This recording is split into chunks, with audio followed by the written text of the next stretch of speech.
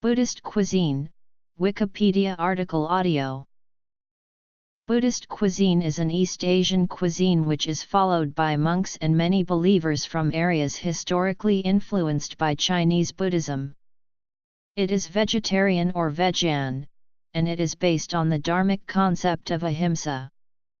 Vegetarianism is common in other dharmic faiths such as Hinduism, Jainism, and Sikhism, as well as East Asian religions like Taoism. While monks and a minority of believers are vegetarian year-round, many believers follow the Buddhist vegetarian diet temporarily, similar to Christian Lent. Vegetarian cuisine is known as Sa superscript 1 Shat, Cha Degrian Sa superscript 1, Jia Icai in China, Hong Kong, Malaysia, Singapore, and Taiwan, Aha in Vietnam, Shat. Jinria. Ri in Japan, Sachal Yumzik in Korea, J in Thailand, and by other names in many countries. The dishes that comprise Buddhist cuisine in any given place will be influenced by the style of food there. Philosophies governing food. Vegetarianism. The origin of Buddhist food as a distinct sub-style of cuisine is tied to monasteries, where one member of the community would have the duty of being the head cook and supplying meals that paid respect to the strictures of Buddhist precepts. Temples that were open to visitors from the general public might also serve meals to them, and a few temples effectively run functioning restaurants on the premises. In Japan, this practice is generally known as Shat. Jinria. Ri, and served at many temples, especially in Kyoto. A more recent version, more Chinese in style, is prepared by the Aoibaku school of Zen, and known as Fukuria. Ri, this is served at the head temple of Manpikuji, as well as various sub-temples. In modern times, commercial restaurants have also latched onto the style, catering both to practicing and non-practicing lay people. Most of the dishes considered to be uniquely Buddhist are vegetarian, but opinions and restrictions on the eating of meat, and whether it should be prohibited, vary among sects. When monks and nuns who follow the Theravadan way feed themselves by alms, they must eat leftover foods which are given to them, including meat. The exception to this alms rule is when monks and nuns have seen, heard, or known that animal have been specifically killed to feed the alms seeker, in which case consumption of such meat would be karmically negative. The same restriction is also followed by lay Buddhists and is known as the consumption of the triply clean meat. Additionally, the Pali Sutras where this rule is set forth tell of the Buddha refuting a suggestion by his student Devadatta to include vegetarianism in the monastic precepts.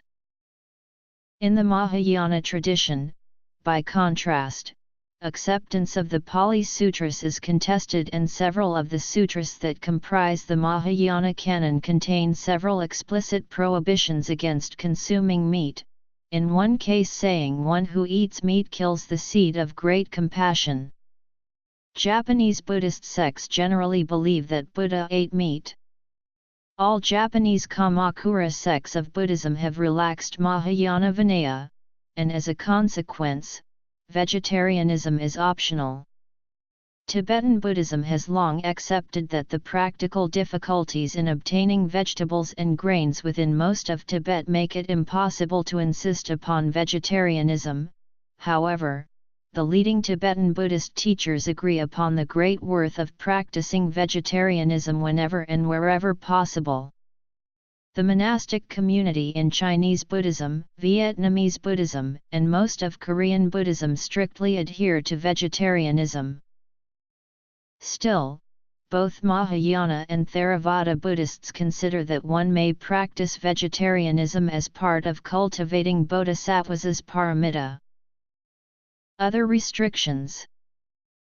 In addition to the ban on garlic, practically all Mahayana monastics in China, Korea, Vietnam, and Japan specifically avoid eating strong-smelling plants, traditionally asafoetida, shallot, mountain leek and Allium chinense, which together with garlic are referred to as WC Ha-en or WCXAN as they tend to excite senses. This is based on teachings found in the Brahmajala Sutra, the Sarangama Sutra and the Lankavatara Sutra.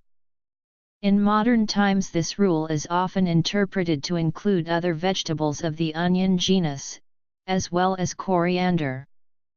The origins of this additional restriction is from the Indic region and can still be found among some believers of Hinduism and Jainism. Some Taoists also have this additional restriction, but the list of restricted plants differs from the Buddhist list.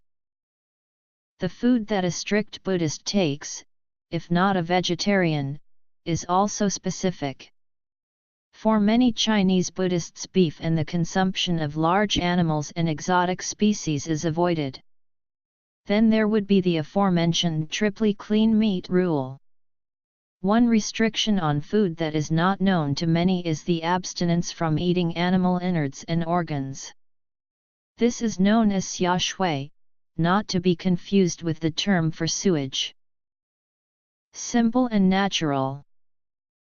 Alcohol and other drugs are also avoided by many Buddhists because of their effects on the mind and mindfulness.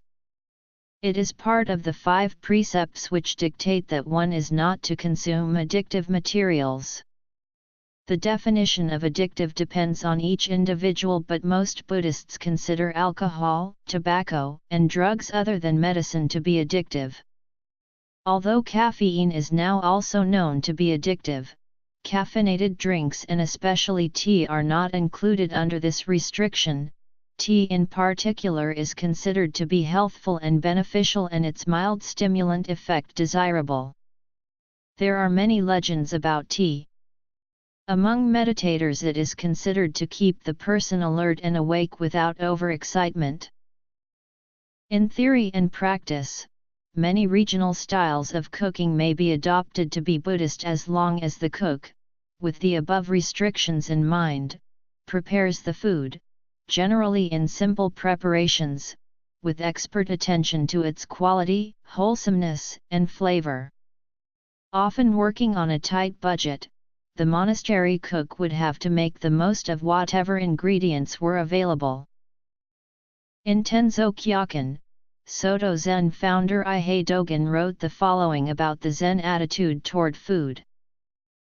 Ingredients. In preparing food, it is essential to be sincere and to respect each ingredient regardless of how coarse or fine it is. A rich buttery soup is not better as such than a broth of wild herbs. In handling and preparing wild herbs, do so as you would the ingredients for a rich feast, wholeheartedly, sincerely, clearly. When you serve the monastic assembly, they and you should taste only the flavor of the ocean of reality, the ocean of unobscured awake awareness, not whether or not the soup is creamy or made only of wild herbs. In nourishing the seeds of living in the way, rich food and wild grass are not separate. Variations by sect or region.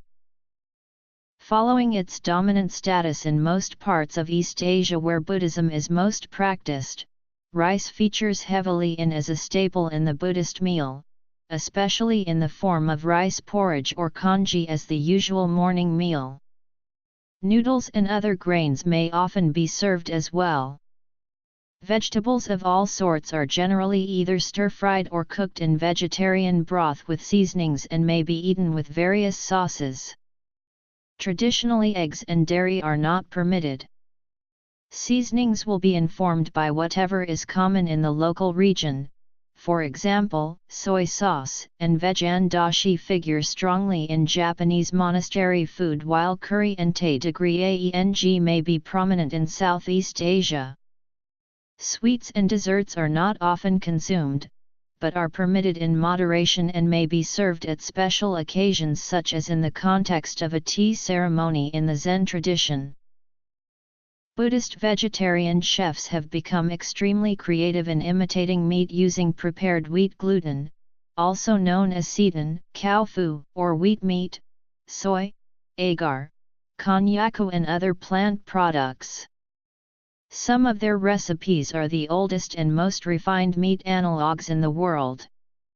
Soy and wheat gluten are very versatile materials, because they can be manufactured into various shapes and textures, and they absorb flavorings, while having very little flavor of their own. With the proper seasonings, they can mimic various kinds of meat quite closely. Some of these Buddhist vegetarian chefs are in the many monasteries and temples which serve allium-free and mock meat dishes to the monks and visitors. Many Buddhist restaurants also serve vegetarian, vegan, non-alcoholic or allium-free dishes. Notes: some Buddhists eat vegetarian on the 1st and 15th of the lunar calendar, on Chinese New Year Eve, and on saint and ancestral holy days. To cater to this type of customer, as well as full-time vegetarians, the menu of a Buddhist vegetarian restaurant usually shows no difference from a typical Chinese or East Asian restaurant, except that in recipes originally made to contain meat, a soy chicken substitute might be served instead. According to cookbooks published in English, formal monastery meals in the Zen tradition generally follow a pattern of 3 bowls in descending size. The first and largest bowl is a grain-based dish such as rice, noodles, or congee. The second contains the protein dish, which is often some form of stew or soup. The third and smallest bowl is a vegetable dish or a salad.